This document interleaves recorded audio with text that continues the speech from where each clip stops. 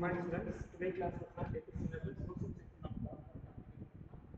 class la paathukenna globalization and trade paathukom adha globalization meaning what types of globalization paatkom globalization means enna country economic world economic integration தான் globalization சொல்றோம் இதனால நேரத்துல liberalization plus international level நம்ம business பண்ண போறோம் அதுதான் நம்ம தேடி அத there are three type of trade export trade import trade export trade क्या இத பத்தினா இப்போ globalization type of globalization பார்த்தோம்னா ஆர்ட் globalization இல்ல வந்து ஃப்ரீ மார்க்கெட் globalization சொல்லலாம் நெக்ஸ்ட் வந்து ஏலி ஃபார்ம் ஆஃப் globalization இதான் வந்து ஃபர்ஸ்ட் டைப் ரொம்ப ஃபர்ஸ்ட் globalization ஸ்டெப்ல ஏலி ஸ்டேஜ் globalization சொல்லலாம் ஃபர்ஸ்ட் ஸ்டேஜ் சொல்லலாம் அதான் ஏலி ஃபார்ம் ஆஃப் globalization இல்ல ஃப்ரீ மார்க்கெட் ஆர்ட் globalization क्या நெக்ஸ்ட் வந்து பார்த்தா செகண்ட் டைப் வருதுன்னா proto globalization இது வந்து 16th and 17th century start ஆச்சு many European traders India வராங்க many European traders Portuguese France Dutch people क्या அடுத்து பார்த்தா British people French people வராங்க இது ஒரு ட்ரேட் பர்பஸ் தான் வராங்க பிசினஸ் பர்பஸ் வராங்க ஆனா வேரியஸ் பிளேஸ்ல வந்து பார்த்தா ட்ரேடிங் சென்டர் எஸ்டாப்லிஷ் பண்ணாங்க அப்படி வந்து பார்த்தா ஃபர்ஸ்ட் வந்து பார்த்தா இந்தியா வந்து 1498 ல வந்து வாஸ்கோ ட காமா வந்து லீடர் ஆஃப் போர்ச்சுகீஸ் இந்தியன் சொல்றாங்க அவங்க இந்தியா ஃபர்ஸ்ட் ஒரு நியூஸ் லீவ்ல பண்ணாரு காலிக்கட் வந்து நம்ம வந்து ட்ரேடிங் சென்டர் எஸ்டாப்லிஷ் பண்ணோம் ஒண்ணு காலிக்கட் கண்ணூர் கொச்சி நம்ம ட்ரேடிங் சென்டர் எஸ்டாப்லிஷ் பண்றது ஓகே ஒவ்வொரு பீப்புள்ஸ் இந்தியா வராங்க ட்ரேடிங் பர்பஸ் வந்து நம்ம ட்ரேடிங் சென்டர் எஸ்டாப்லிஷ் பண்ணி பிசினஸ் பண்றாங்க ஓகே அடுத்து தேர்ட் நம்ம மாடர்ன் குளோபலைசேஷன் இந்த மாடர்ன் குளோபலைசேஷன் ட்ரேட் வந்து குளோபல் லெவல்ல ரேஸ் ஆகுது ப்ரொடக்ஷன் அதிகமாகும் இப்போ ட்ரேட் குளோபல் லெவல் ரேஸ் ஆகுது ப்ரொடக்ஷன் வந்து ரேஸ் சொல்லுவாங்க அட்வான்ஸ் டெக்னாலஜிலாம் வந்து அப்போ ஃபர்ஸ்ட் பார்த்தா எம்என்சி கம்பெனி ஸ்டார்ட் பண்ணாங்க பிரிட்டிஷ் எம்என்சி ஃபர்ஸ்ட் கார்ப்பரேட்ஸ் என்ன பண்ணாங்க இந்த தேர்ட் ஸ்டேஜ்ல வந்து பார்த்தீங்கன்னா MNC business multinational corporates okay ஒரு கண்ட்ரி நம்ம ஒன் ஆர் டூ மோர் கண்ட்ரில வந்து பிசினஸ் ஸ்டார்ட் பண்ணா அப்படின்னா சொன்னா மல்டிநேஷனல் கம்பெனி அந்த company own country It is the home country or business எல்லாம் ஸ்ப்ரெட் ஆகுது host country MNC company start பண்ணும் ஓகே இப்போ இந்த காலத்துல நம்ம என்ன பார்க்கறோம் ஃபர்ஸ்ட் வந்து குளோபலைசேஷன் பார்க்கணும் குளோபலைசேஷன் பார்த்தீங்கன்னா 1980 to 81 வந்து இந்தியால வந்து பேலன்ஸ் ஆஃப் பேமெண்ட் டிஃபிகல்டிஸ்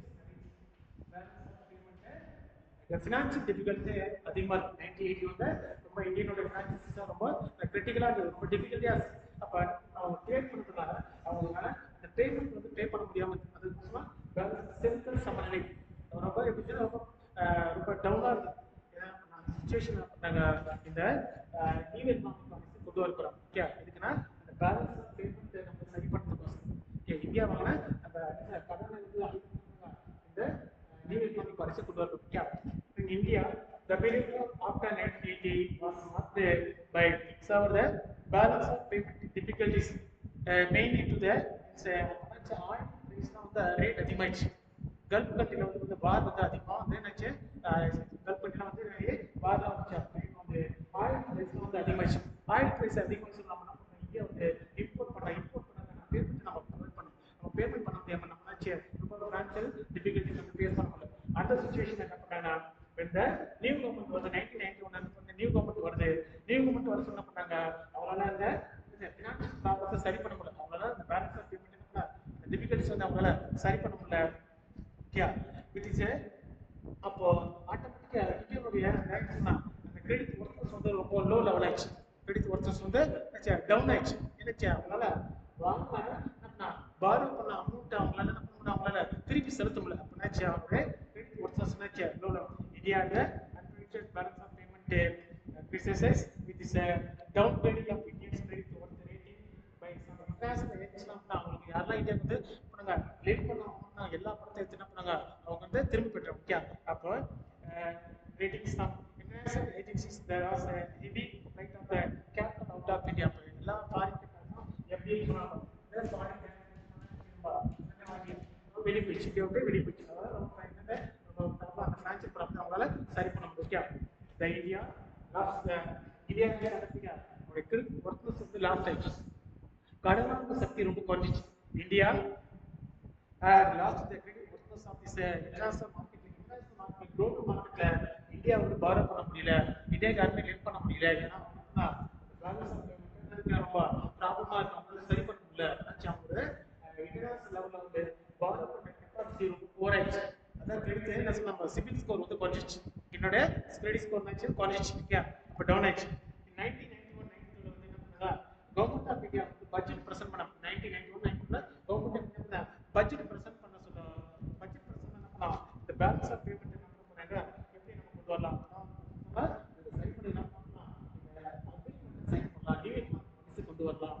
அதான் நம்ம எல்பிஜி பாலிசி. Yeah, அப்போ 1991-92 presented this budget in July 91. India series of the policy change பண்ணுறோம். அப்போ 1991-92 வந்து பட்ஜெட் பிரசன்ட் பண்றாங்க.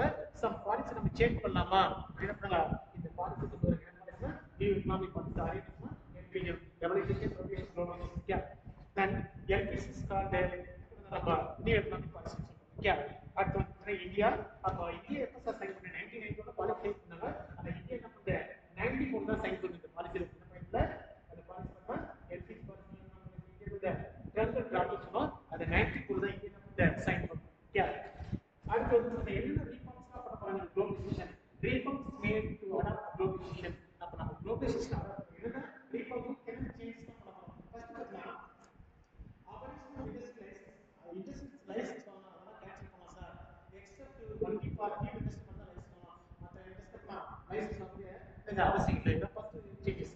Operation of industrial licensing except new industry மட்டும் தவிர மற்ற இண்டஸ்ட்ரிலாம் லைசன்ஸ் வாங்க வேண்டிய அவசியம் இல்லை. செகண்ட் பார்த்தீங்கன்னா number of industry குறைக்கிற பப்ளிக் செக்டர் இண்டஸ்ட்ரி வந்து நம்ம ரெடியூஸ் பண்ணோம். ரிடக்ஷன் இந்த number of public sector industry நம்ம குறைக்கிறோம். ரெடியூஸ்னா reserve for only for public remainings நம்ம அதை குறைச்சிரோம். தேர்ட் பார்த்தீங்கன்னா fixation of elastic exchange rate என்ன பண்ணாங்க, எக்ஸ்சேஞ்ச் ரேட் இந்தியா என்ன எக்ஸ்போர்ட் பண்ணதோ அதுக்கான எக்ஸ்சேஞ்ச் ரேட் பண்ணாங்க இங்க ஃபிக்ஸ் பண்றாங்க. அப்ப fixation of elastic exchange rate of rupee to exchange export of Indians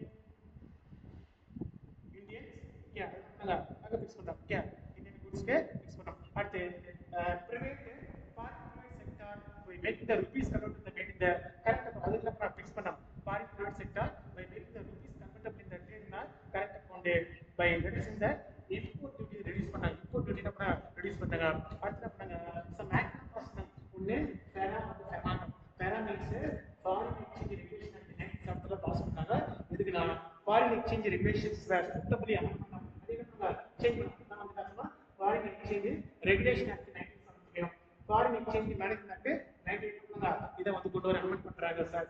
அடுத்து the SLR was reduce பண்ணாங்க. SLR means statutory liquidity ratio சொல்றாங்க. இது எதுக்கு சார்னா RBI வந்து மணி லிங்க் பண்ணனும்னா அது ரேட் வந்து குறைக்கறாங்க. the SLR was reduced by increase the lending by RBI. யாருன்னா RBI லிங்க் பண்ண அதுக்கு அப்புறம் ரேட் வந்து ரெடியூஸ் பண்ணனும். இத வந்து some changes reforms made on the globalization. இதெல்லாம் வந்து ரீஃபார்ம் பண்ணாங்க. இதான் குளோபலைசேஷன் பண்ணாங்க. ஓகே, நெக்ஸ்ட் பாத்தீங்கன்னா அடுத்து நம்ம என்ன பார்க்கறோம்னா நெக்ஸ்ட் எம்என்சி வந்து இந்தியா அப்ப ஃபர்ஸ்ட் யார் சார் எம்என்சி நம்ம corporate organisation. MNC is corporate organisation control products and goods and services at least one country other than the home country. MNC is corporate organisation. அவனா ஒரு கண்ட்ரில வந்து start பண்ணி one R மோர் country வெளிய கண்ட்ரில business operate பண்ணலாம். என்ன at world வைடா அட் என்ன சொன்னோம் குளோபல் வைடா. எம்என்சி சொன்னோமா MNC is corporate organisation which owns and control the goods and services produced at least one country other than the home country. At least one country other than home country na multinational corporation. Is என்ன சொன்னோம் global transaction global enterprise world enterprise சொல்லலாம். இல்ல நம்ம world enterprise இல்ல global gate சொல்லலாம். global gate சொல்லலாம். world enterprise சொல்லலாம். multinational corporation இல்ல transnational corporation சொல்லலாம். இது எம்என்சி நேம் பார்த்தா multinational corporation, multinational company, transnational corporation சொல்லலாம். இல்ல global gate சொல்லலாம். or world enterprise சொல்லலாம். எம்என்சி என்னன்னா ஒண்ணு global gate சொல்லலாம். சொல்லலாம் world enterprise சொல்லலாம். நம்ம multinational corporation சொல்லலாம். இல்ல world enterprise சொல்லலாம். ஓகே, எனக்கு எக்ஸ்பெக்ட்னா எம்என்சி வந்து இந்தியால வந்து எப்படி எவல்யூஷன் அதோட தோற்றம் எப்படி ஸ்டார்ட் ஆச்சு. Okay, India East India Company தான் ஃபர்ஸ்ட் கம்பெனி எம்என்சி வந்து ஸ்டார்ட் பண்ணாங்க. ஈஸ்ட் இந்தியா கம்பெனி தான் ஃபர்ஸ்ட் இந்தியால வந்து எம்என்சி ஸ்டார்ட் பண்ணாங்க. 1600 East India Company English East India Company அந்த ஃபர்ஸ்ட் இந்த கார்ப்பரேட் செக்டார் பிசினஸ் பண்ணா இந்தியால கொண்டு வராங்க. ஓகே, அப்போ East India Company which came to India வந்து ட்ரேடிங் கம்பெனியா வரும். ஃபர்ஸ்ட் உள்ள என்ன பண்ணா ட்ரேடிங் கம்பெனியா உள்ள வரும். இதுக்கு ஒன்லி பார்த்தா ட்ரேட் பர்பஸா வரும். ஆனா ட்ரேட் பர்பஸா வந்து என்ன பண்ணா இந்தியால இருந்து இம்பார்ட்டன்ட் லொகேஷன் என்ன பண்ணா establish அப்போ East India Company which came to India as a trading company அவன் என்ன பண்ண trading company வந்து ஃபர்ஸ்ட் மைனிங் ஒர்க் பண்ணா அங்க இருக்க ரா மெட்டீரியல் என்ன பண்ணவா எடுக்குறான் raw material and the MNC first start with the activities of a excess industry first start பண்ணோம் இது பண்ண அப்போ control the raw material control பண்ண 1950 வந்து raw material control raw material மூலப்பொருட்களை என்ன பண்ண கட்டுப்படுத்துறாங்க okay activity in the excess industry control the raw material in the host country means எங்கெல்லாம் business start ஆகுதோ அவரோட branch எல்லாம் இருக்கோ அத branch தான் host country home country means அந்த இன்டர் சென்டர் நம்ம இன்டர் சொல்லுவோம் ஓகே அது இன்டர் home country சொல்லுவோம் அந்த branch எக்ஸாம்பிள் பண்ணா Coca-Cola company sir MNC company PepsiCo company MNC company Sony corporation இவங்க என்ன Tata Motors IBM HP company இவங்க எல்லாமே என்ன கம்பெனினா மல்டிநேஷனல் கார்ப்பரேஷன்ஸ் அப்போ அந்த பிசினஸ் ஸ்டார்ட் பண்ணி ஒண்ணா மூணு கண்ட்ரில அவங்க பிசினஸ் ஸ்டார்ட் பண்ணா அந்த MNC கம்பெனி சொல்ல மைக் இஸ் மல்டிநேஷனல் கார்ப்பரேஷன் இல்ல multinational company or global enterprise or world enterprise is global கேட் சொல்லலாம் ஆர் இன்டர்நேஷனல் என்டர்பிரைஸ் சொல்லலாம் யா அப்போ ஹோம் கண்ட்ரி அந்த பிசினஸ் எங்கெல்லாம் இருக்கோ மெயின் டேட்டாபேஸ் வந்து ஹோம் கண்ட்ரி அந்த பிசினஸ் வந்து சார்ந்த பிரான்ச் ஆஃபீஸ் வந்து ஹோஸ்ட் யா அப்போ இதுல மெயினா பார்த்தா USA UK பிரான்ஸ் ஜெர்மனி இதெல்லாம் top most world MNC company வேர்ல்ட்லயே பார்த்தா USA UK பிரான்ஸ் ஜெர்மனி இந்த 4 கண்ட்ரி தான் வந்து டாப் மோஸ்ட் MNC கம்பெனி வேர்ல்ட்ல ஆப்பரேட் பண்றாங்க டோட்டல் இந்த 15 கம்பெனி இருக்குதுல டாப் மோஸ்ட் MNC 15 கம்பெனில 15ல ஃபர்ஸ்ட் 11 கம்பெனி US கம்பெனி 11 கம்பெனினா US என்னன்னா அமெரிக்கன் கம்பெனி ஓகே அப்ப USA UK France Germany the largest US is the largest capital US தான் டாப் மோஸ்ட் பார்த்தா 15 கம்பெனி இருக்கு டாப் மோஸ்ட் 15 வந்து 11 கம்பெனி யாருன்னா USA கம்பெனி 11 கம்பெனி வந்து USA கம்பெனி ஓகே அத பெப்சிகோ கம்பெனி கோகோ-கோலா கம்பெனி எல்லாமே பார்த்தா USA கம்பெனி தான் ஓகே இந்த கம்பெனி தான் மல்டிநேஷனல் கார்ப்பரேஷன் ஓகே அடுத்து வந்து பார்த்தீங்கன்னா நம்ம எவரெஸ்ட் பார்த்தா அடுத்து growth பார்த்தா a common form of MNC participate இப்படி வந்து இந்தியாக்குள்ள வராங்க பார்த்தா இந்தியன் இண்டஸ்ட்ரியில ஒரு கோஆபரேஷனா யூனிட்டியா இருக்கும் okay a common form of MNC participate in India industry through entering this cooperation with the Indian industry ரொம்ப யூனிட்டியா இருக்காங்க சார் கோஆபரேஷனா இருக்காங்க எதுக்கு சார் வந்து அந்த பேர் வந்து சென்டர் வந்து நம்ம என்ன trading activity trading centre establish பண்றதுக்கு ட்ரேடிங் ஃபேக்டரி எஸ்டாப்லிஷ் பண்றதுக்கு டோட்டல் ஆஃப் 12700 MNC வந்து ஃபாரின் கொலாபரேஷன் சொல்லுவோம் ஃபாரின் கொலாபரேஷன் எதுனா வந்து ஒண்ணு ஃபாரின் இன்ஸ்டிடியூஷனல் இன்வெஸ்ட்மென்ட் பார்ட்டிசிபேஷன் சொல்லலாம் அடுத்து FDI சொல்லுவோம் FDI means foreign direct investment foreign investment policy FIP foreign investment policy foreign collaboration நம்ம இந்தியன் இண்டஸ்ட்ரி ரொம்ப யூனிக்கா இருக்கு சார் கோஆபரேஷனா இருக்காங்க அது எதுக்கு நம்ம இந்தியாவுக்கு வந்தா டோட்டலா வந்து 2760 MNC வந்து ஆபரேட் பண்றாங்க total of 2760 foreign collaboration agreement sign between எப்ப சைன் பண்ணாங்க 1948 to 1980 2760 MNC அக்ரிமெண்ட் சைன் பண்றாங்க சார் ஃபாரின் கம்பெனி இந்தியாவுக்குள்ள இந்த 1988 க்குள்ள 2760 MNC foreign collaboration agreement sign பண்றாங்க ரொம்ப ஸ்பீடா ரொம்ப ஃபாஸ்டா வந்தறாங்க இது வந்து இந்தியாவுக்கு வந்து இந்த MNC ஸ்ப்ரெட் ஆகுதுன்னா spread the foreign collaboration and increase the flow of capital வந்து increase the flow of capital means சொன்னா foreign direct investment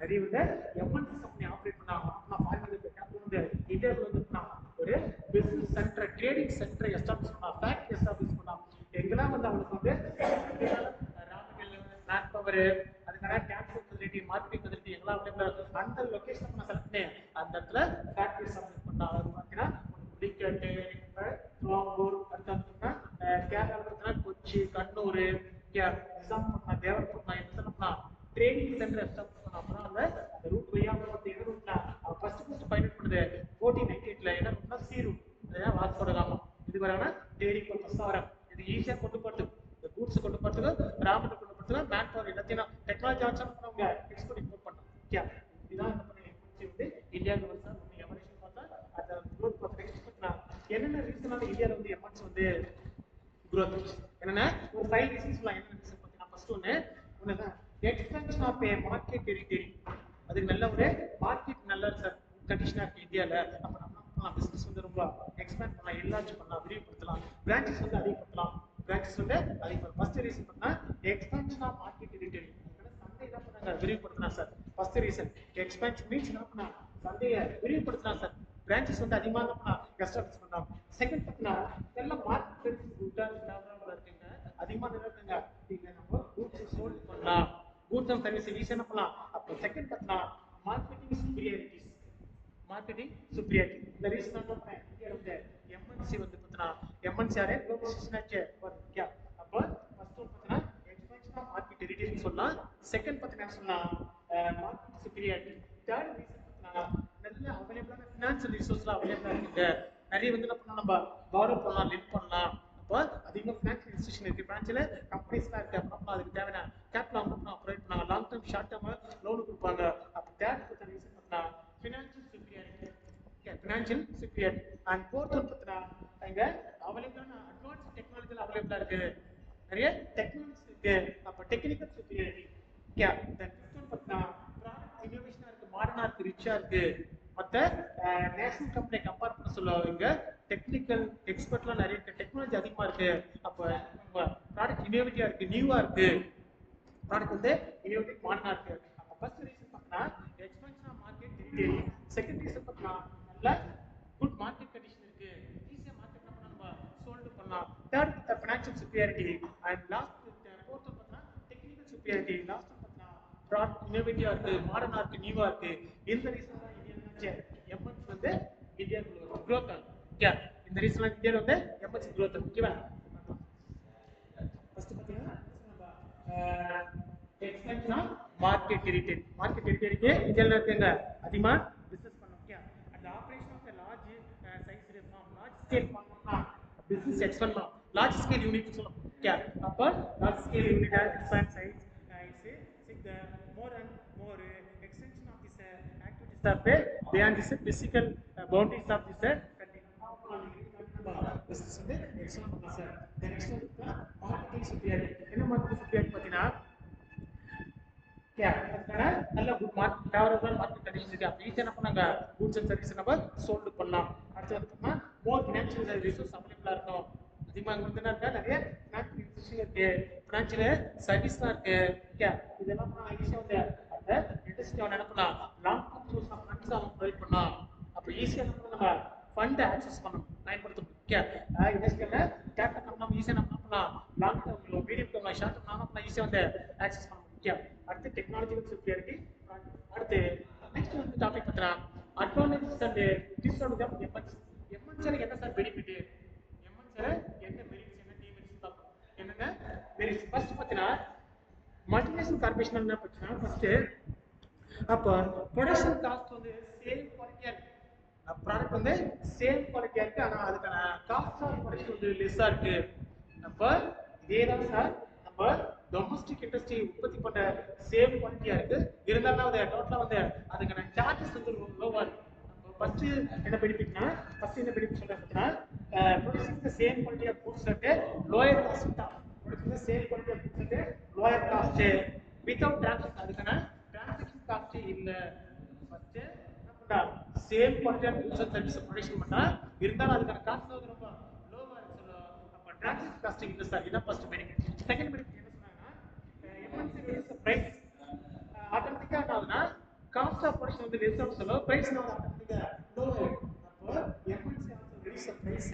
அப்ப பிரைஸ் ரெடியூஸ் ஆச்சுன்னா ஆட்டோமேட்டிக்கா நம்ம பர்ச்சேசிங் பவர் ரெடியூஸ் ஆகும்.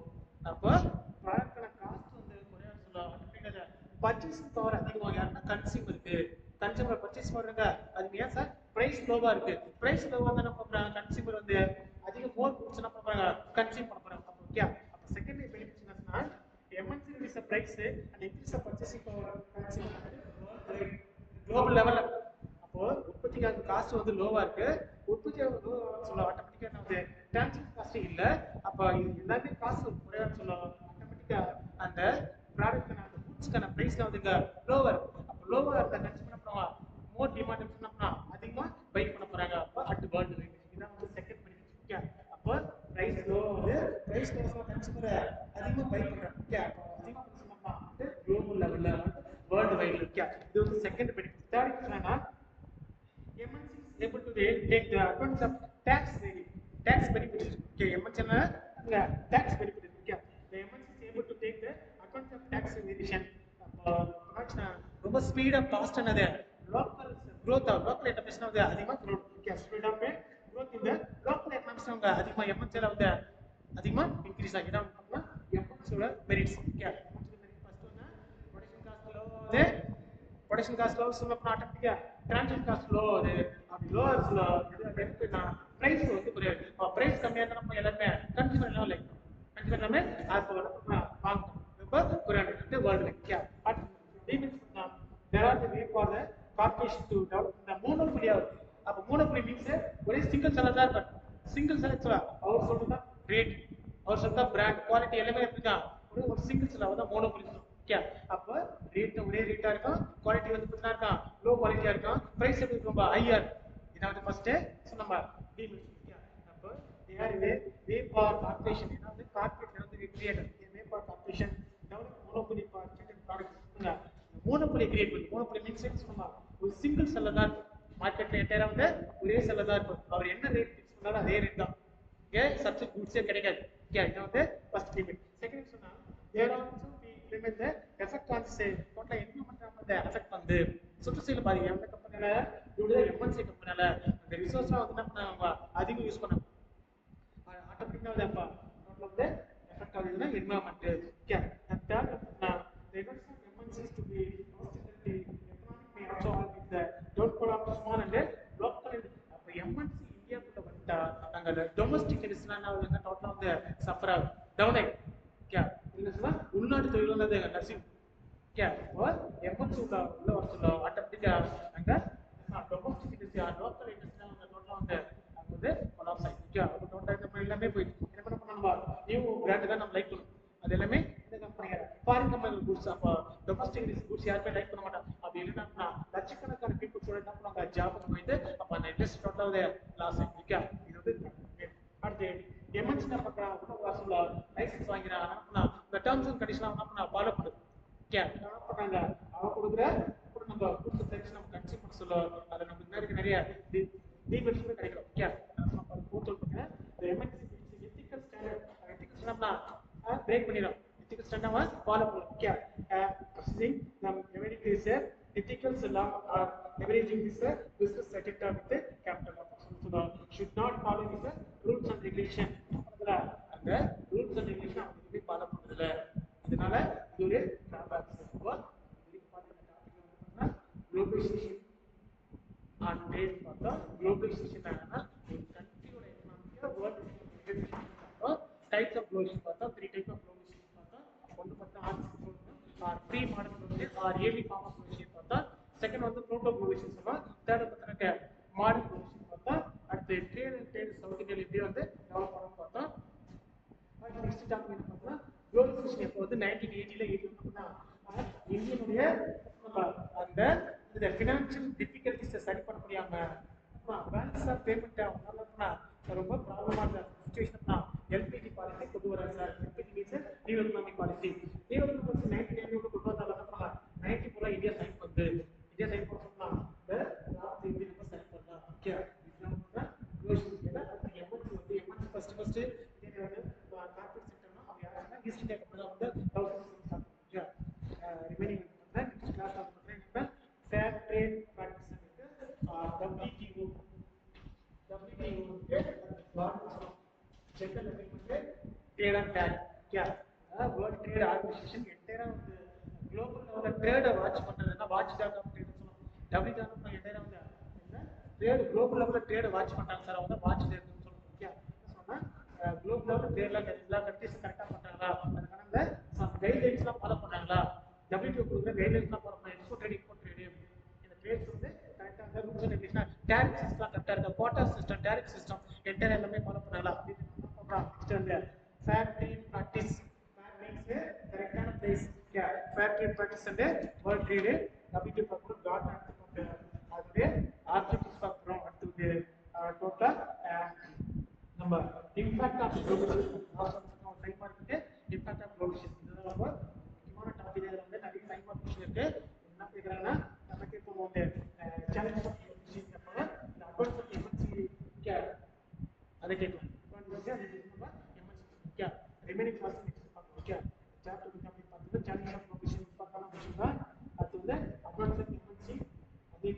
ஓகேங்களா. அதில் வந்து தான் வேர்ல்டு எம்என்சி கம்பெனி பார்த்து நம்ம இந்தியாவில் வந்து பார்த்தீங்கன்னா ஒன்று நம்ம hero Motors hero Motors corporation இருக்காங்க ஹெட்குவார்ட்டர்ஸ் பார்த்தா நியூ டெல்லி இருக்கு. அதுக்கப்புறம் வந்து பார்த்தீங்கன்னா கலிபோர்னியா பங்களாதேஷ் ஆப்பிரிக்காவில் வந்து இந்த ஆப்பிரிக்கா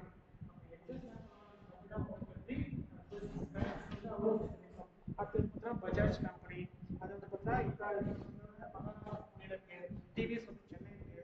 அடுத்தது State Bank of banking industry வந்து ஸ்டார்ட் பண்ணிருக்காங்க. அதோட ஹெட்குவார்ட்டர்ஸ் பார்த்தா பேங்கிங் மொபைல் இருக்கு. அது Australia Bangladesh Belgium Airtel communication பார்த்தா ஏர்டெல் தான் மோஸ்ட்.